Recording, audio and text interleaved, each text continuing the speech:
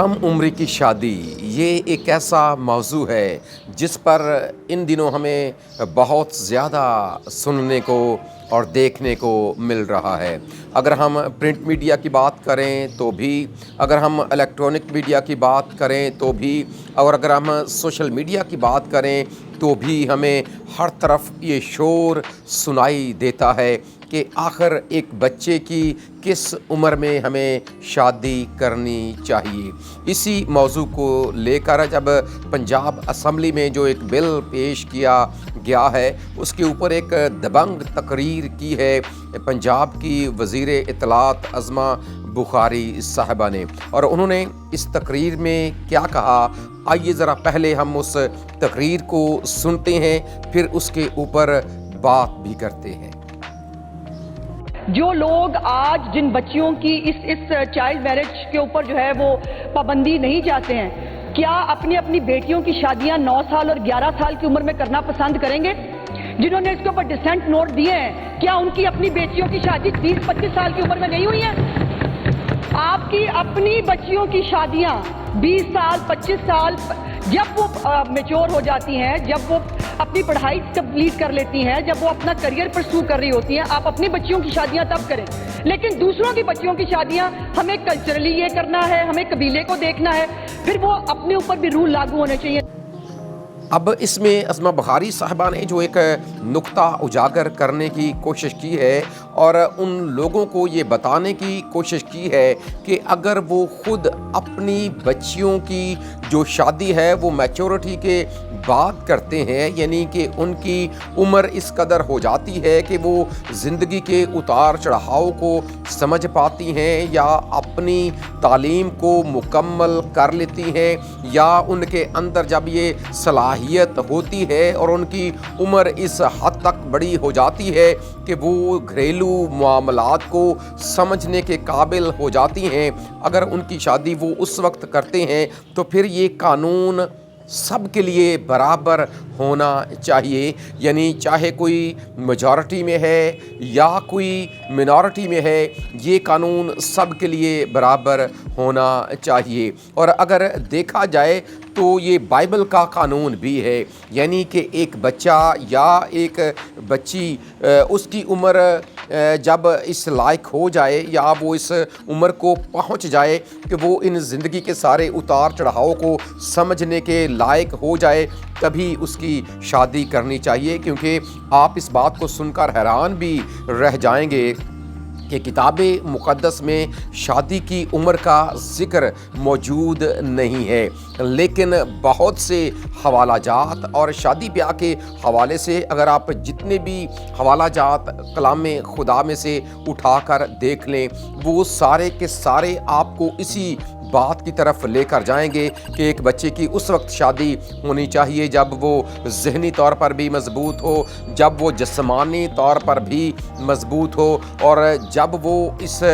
तरह से सामने अपने आप को लेकर आए कि वो मुआशरती निज़ाम में अपने आप को लेकर आगे चल सके और उन सारी ज़िम्मेदारियों को निभाने के भी लायक हो सके जो आगे चलकर उसके कंधों के ऊपर उसके ख़ानदान की तरफ से आयद होंगी। सो ये बात नहायत अहम है और हम शुक्रगुज़ार हैं अज़मा बुखारी साहबा के कि उन्होंने इस बात को अयां किया और पंजाब असम्बली के फ्लोर के ऊपर इस बात का ऐलान किया कि एक बच्चे की शादी वाकई उस वक्त होनी चाहिए जब वो अपनी तालीम को भी मुकम्मल कर ले और इसके साथ साथ वो ज़िंदगी के उतार चढ़ाव को समझने के लायक भी बन सके और फिर वो ख़ानदानी ज़िम्मेदारियों को निभाने के लायक भी बन सके। और जब हम किताब मुक़द्दस की जानिब जाते हैं इन सारे मामलात को लेकर, तो सबसे पहली किताब मुक़द्दस की किताब यानी कि पैदाइश की किताब के दूसरे बाब की जो 24वीं आयत है, जो एक तरह से इस शादी के बंधन के लिए सबसे बुनियादी बात हमारे सामने रखती है, जिसमें कुछ इस तरह लिखा है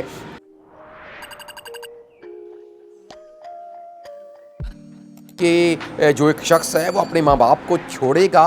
और अपनी बीवी से मिला रहेगा। اب یہاں پر ایک جسمانی تعلق کی بات کی گئی ہے کہ ایک شخص جب اپنی شادی کرتا ہے تو وہ اپنے والدین کو ایک طرف رکھتا اور اپنی بیوی کے ساتھ اپنے تعلقات کو استوار کرتا ہے، لیکن ہمیں اس بات کو سمجھنا ہوگا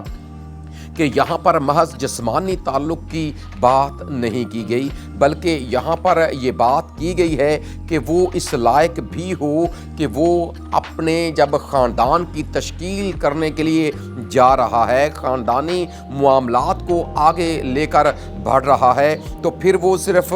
اپنے جسمانی تعلق کو قائم کرنے کے لائق ہی نہ ہو، بلکہ ان معاملات کو خوش اسلوبی کے ساتھ، اپنی ذمہ داریوں کو خوش اسلوبی کے ساتھ نبھانے والا بھی بن سکے کہ کل کو اگر جب بچے ہوتے ہیں تو نہ صرف وہ لڑکا بلکہ وہ لڑکی بھی اس لائق ہوں اور جذباتی طور پر بھی، جسمانی طور پر بھی، روحانی طور پر بھی وہ اس لائق ہوں کہ اپنے خاندانی نظام کو آگے لے کر چل سکیں۔ اور پھر اس کے بعد جو اور بھی بہت سی ایسی آیات ہیں کتاب مقدس میں جو ہمیں اسی طرف لے کر جاتی ہیں۔ اگر آپ حکمت کی کتاب پڑھیں گے تو بھی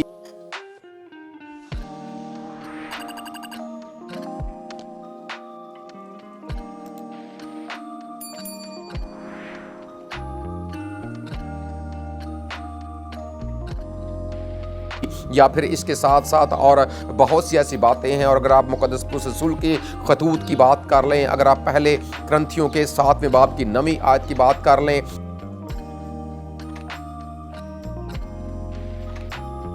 یا پھر اگر آپ افسیوں کے خط کے 5ویں باب کی 25ویں آیت کی بات کر لیں،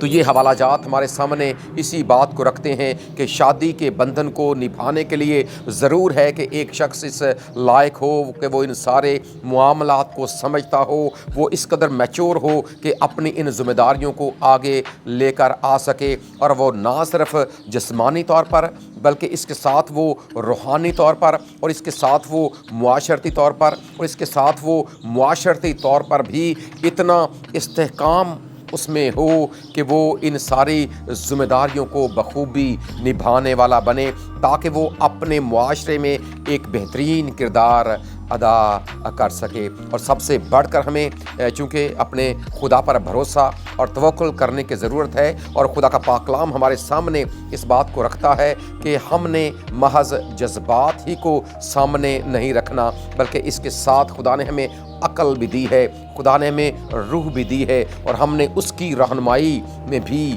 آگے بڑھنا ہے تاکہ ان زندگی کے معاملات کو ہم اچھے طریقے کے ساتھ نبھانے والے بن سکیں، اور ہمارے شادی بیاہ کے معاملات بھی جو ہیں وہ اس کے ذریعے سے خدا کے نام کو عزت اور